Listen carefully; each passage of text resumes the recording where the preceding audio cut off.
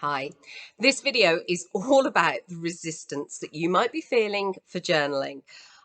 I wanted to do this video because I know how much I resisted journaling for years, and I'm so glad that I finally made the decision to create a journaling practice that has really transformed my daily activities. And it's a big part of why my business has grown so quickly.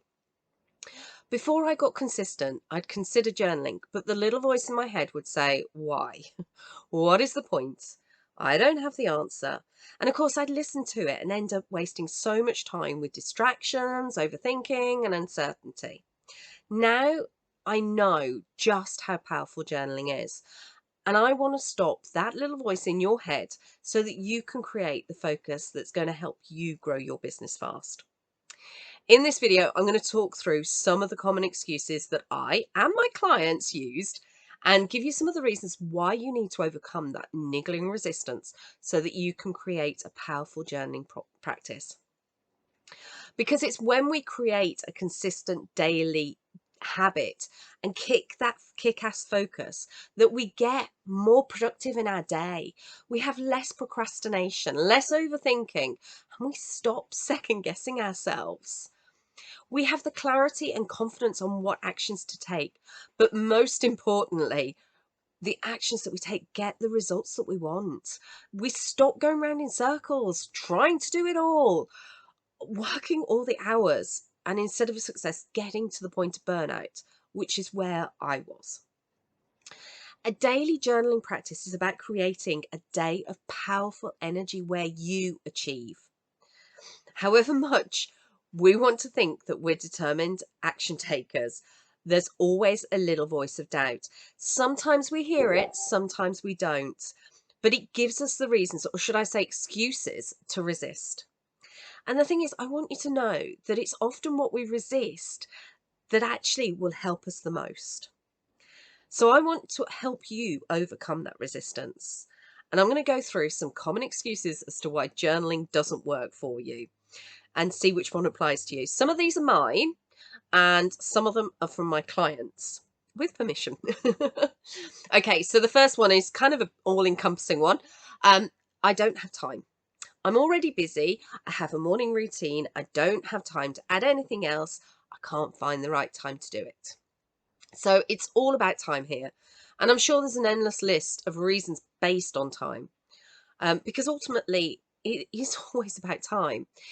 But it's not about not having enough time. It's about how we prioritize our time. So instead of thinking about this taking your time, I want you to know that when you create this practice, it's going to save you time, because instead of trying to do everything, you'll do what you need to do. So I quote Pareto's principle a lot. You may have heard me say it many times before, but I'm going to repeat it. 20% of your actions achieve 80% of the results. That means that it's effectively one day achieves 80% of the results when you are truly focused. So, you know, that in itself is how it will save you time. Now, okay, I know that's not going to happen on day one. Initially, this is going to take up some time. But like most things in life, we need to do the upfront investment to enable us to get the return later on. Okay, next one. I don't know what to write. This is, the reason I've created these prompts. Now I'm more practiced at my journaling, I tend to think of a prompt myself before I write, but I know how hard it can be when you're starting out and that blank piece of paper creates a blank mind. So simply choose one of the prompts and write. And do you know, one of the things that I like to do, if there's a prompt that doesn't resonate with me, I ask the question, why doesn't it resonate with me? And see what's coming out there. Okay, next one. It feels like a diary. Am I doing it right? So, okay, there's no official right or wrong way of doing this, but if you're writing down what you had for breakfast, then you might want to ask yourself how this is going to help you get focused. My suggestion to get started is that I love to put my feet flat on the ground. Now, depending how cold it is, I might go bare feet, but it enables me to fully ground myself. And then I take 3 heart cleansing breaths. taking a deep breath in for the count of 4 and imagining the air is swirling around my heart, collecting all that fogginess, that horrible stuff that's stopping you getting the clarity, and then just breathe it out with love and light to the universe. When we do this 3 times, it calms the mind and allows us to have more clarity to journal. And then simply write. Try not to think too much about what you're writing. Allow the flow to happen. And this is one of the things that will come with practice. There's something there when we're thinking something before it gets to our hand, we quite often edit it.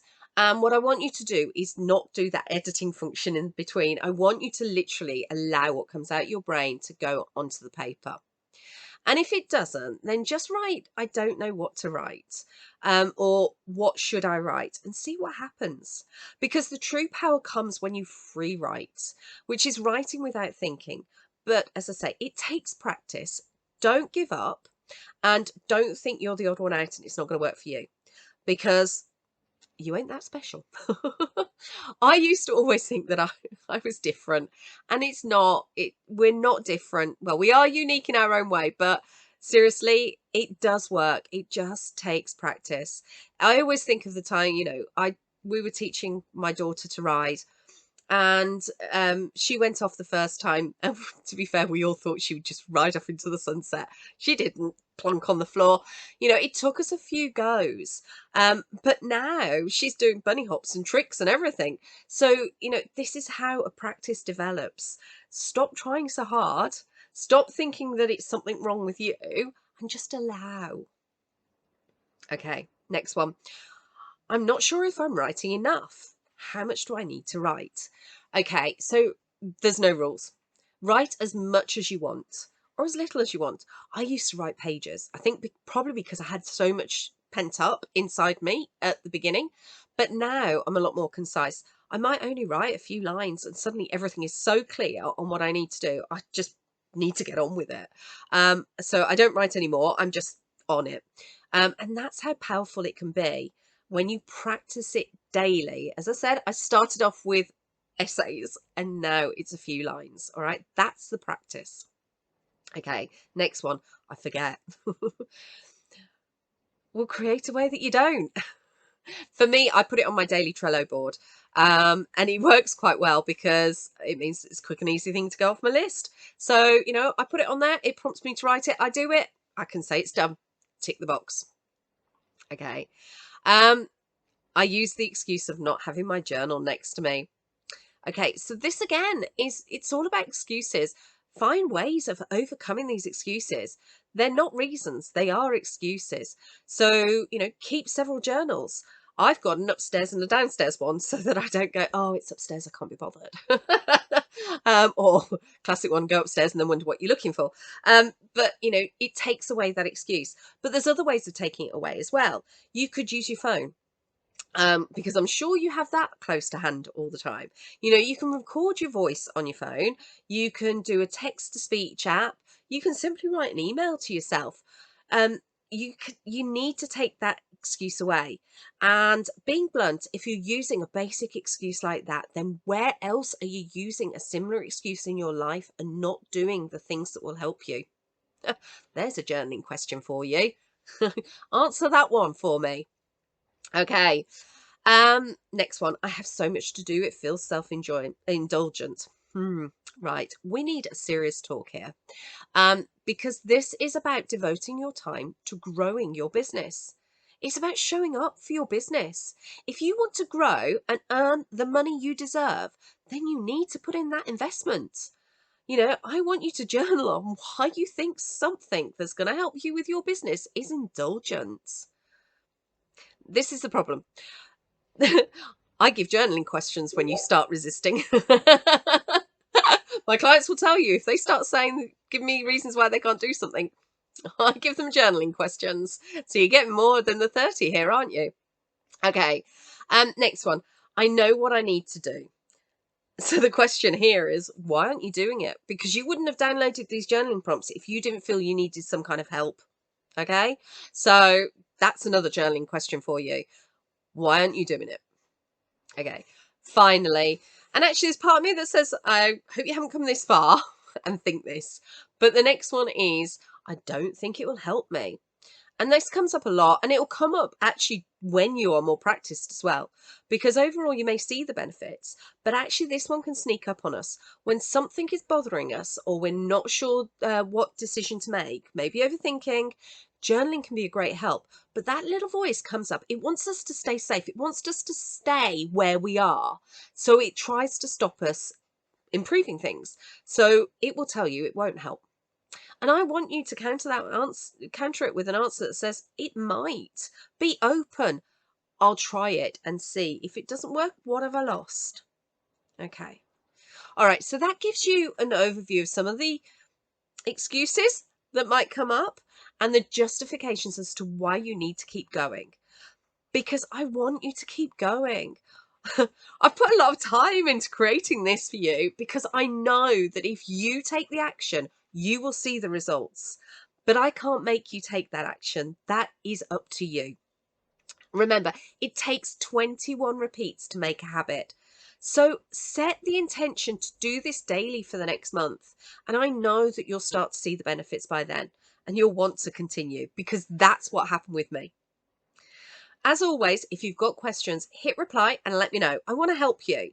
I want to help you grow your business because this isn't just about you, right? When you grow your business, we create a massive ripple effect that makes the world a better place because you growing your business doesn't just help you.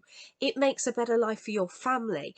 It means that you invest in other people's businesses, that you give your money to other places and spend your money in good ways. And that's what I want. That's how we make the world a better place.